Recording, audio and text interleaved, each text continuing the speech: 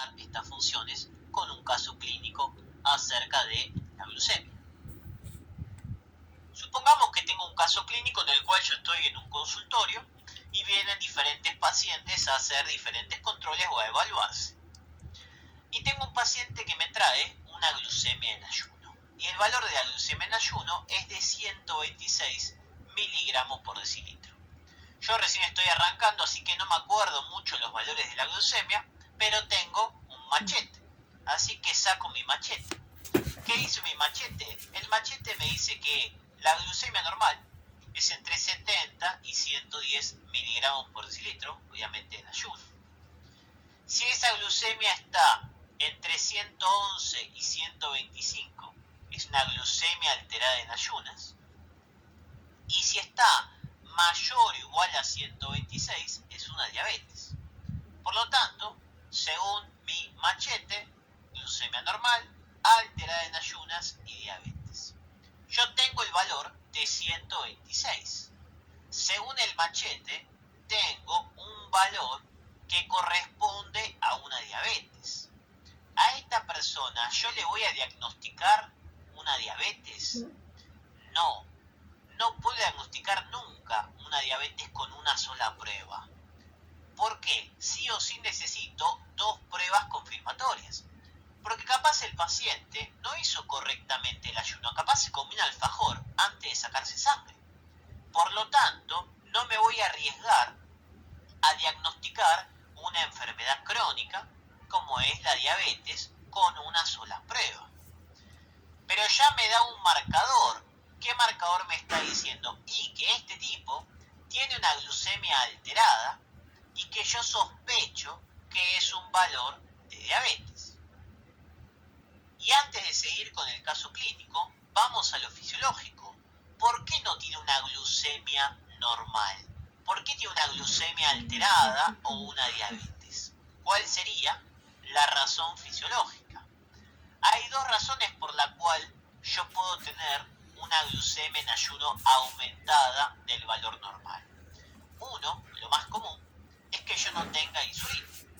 Si yo no tengo insulina, que es la hormona que se encarga de expresar los GLUT4 en tejido adiposo y músculo, no voy a poder agarrar esa glucosa que está en la sangre y meterla en los tejidos para poder usarla o gastarla. Por lo tanto, se me va a empezar a acumular la glucosa en la sangre porque no está entrando correctamente a mi sistema. Por lo tanto, si no hay insulina, la glucemia va a estar elevada.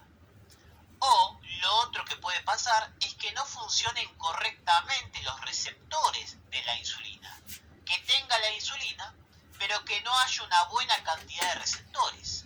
Y si no hay receptores, no puedo cumplir correctamente esa función. Por lo tanto, no se puede guardar y utilizar esa glucosa. Función principal de la insulina era hipoglucemiante y eso me aumentaría la glucosa en la sangre. Y vamos a desarrollar qué pasa con estas situaciones en el cual tengo la glucosa elevada. Ojo, esto es la fisiopatología. Esto no es un tema que normalmente se evalúa, pero lo estoy agregando para poder relacionarlo mucho más y poder entender el funcionamiento en forma práctica. ¿Qué dijimos? Dijimos que podíamos tener un problema en la insulina o en los receptores. Si yo no tengo insulina, la falla en la insulina, o sea que la persona no secreta insulina, está asociado con una enfermedad que es la diabetes tipo 1. O también se llama diabetes, entre comillas, insulino dependiente o insulino requiriente. ¿Por qué? Porque esta persona necesita utilizar constantemente insulina. ¿Qué va a pasar? ¿Qué tipo de paciente voy a tener? Generalmente la diabetes tipo 1 es un paciente joven, el cual tuvo alguna enfermedad, un citomegalovirus, un Epstein-Barr, y esa enfermedad le liquidó el páncreas. Por lo tanto, ahora no tiene ninguna célula beta del páncreas, porque estas células murieron por la enfermedad, y eso ¿qué va a hacer? Que no tenga liberación de insulina. Si no hay liberación de insulina, no hay forma de que yo pueda usar esa glucosa en el tejido adiposo y el tejido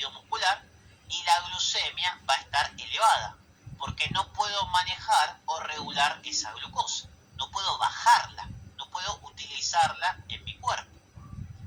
De ahí que este paciente va a venir con glucemias elevadísimas, va a venir con una glucemia de 300, 400 cuando esté debutando en la enfermedad, porque si no tengo nada de insulina, no puedo regular esa glucosa y bajarla, y eso va a traer una glucemia muy elevada, 300, 400 a 800 miligramos por decilitro.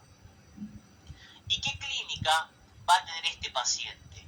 Este paciente va a aparecer con la clínica típica de la diabetes, que son las 4P: poliuria, polidipsia, polifagia y pérdida de peso.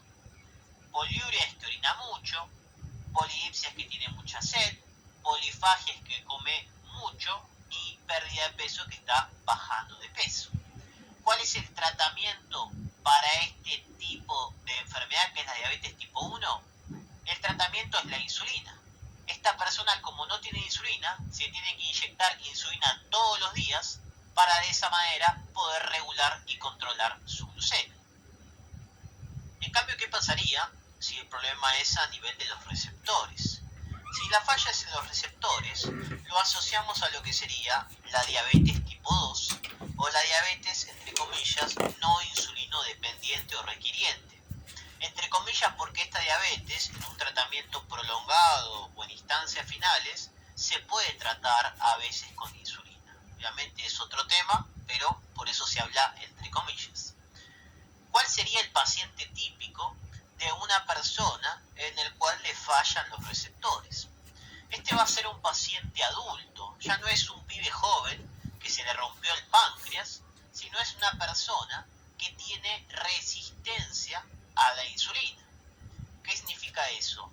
Que no tiene receptores disponibles para la insulina, por lo tanto, si no hay receptores, la hormona no puede hacer la función.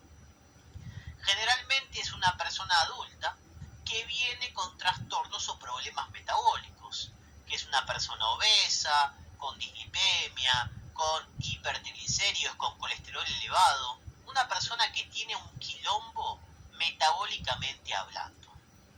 ¿Qué quiere decir alguien que tenga alteraciones metabólicas? Que la persona está constantemente comiendo elementos con mucha glucosa o que elevan constantemente su glucosa. De ahí que tiene un aumento de peso, trastornos con los lípidos y con lo que serían los triglicéridos. Como esta persona está acostumbrada a consumir constantemente altos niveles de glucosa, para mantener su glucosa en valores normales, libera mucha cantidad de insulina. Al liberar muchísima cantidad de insulina, se genera un down regulation de estos receptores de insulina, lo que genera uno de los mecanismos de la resistencia a la insulina.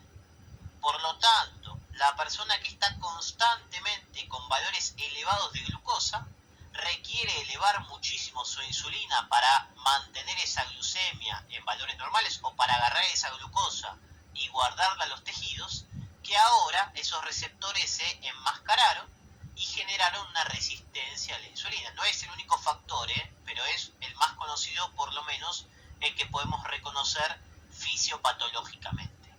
Eso va a hacer que una persona que tiene un caos metabólico no pueda guardar correctamente la glucosa porque la insulina no funciona.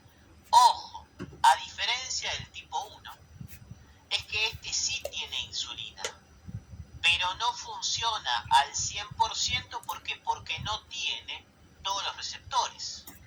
¿Cómo se va a tratar una persona que tiene un problema en los receptores? Su tratamiento es mediante la metformina. Esto no importa, es una cuestión para que lo puedan relacionar. La metformina lo que hace es mejorar esa resistencia a la insulina, porque aumenta la sensibilidad de la insulina, o sea que hace que yo requiera menos insulina para de esa manera hacer la función. Y si yo necesito menos insulina para hacer la función, no voy entonces a generar este proceso del down regulation que habíamos comentado. Para cerrar, fíjense que ambos van a tener una glucemia elevada en ayuno, o sea, una glucemia arriba de 110. ¿Pero estos valores van a ser iguales? No. Si no tengo insulina, los valores van a ser súper elevados, porque no hay forma de meter esa glucosa a los tejidos. En cambio, si no hay receptores, o si los receptores están disminuidos, porque no es que se apagan todos los receptores, sino que tiene menos cantidad de receptores, o sea que la insulina puede hacer su función, pero la función es mucho menor al tener menos receptores. Por lo tanto, el valor de la glucemia en ayuno va a estar elevado, pero no tan elevado como en la tipo 1 en esta etapa aguda. Tendrá un valor de 126, 130, 140, 150.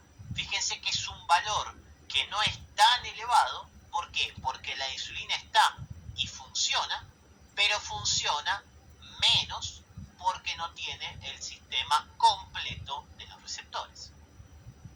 Con esto cerramos la primera parte, que se basa en reconocer los valores de normalidad y el por qué en situaciones fisiopatológicas podría estar aumentada la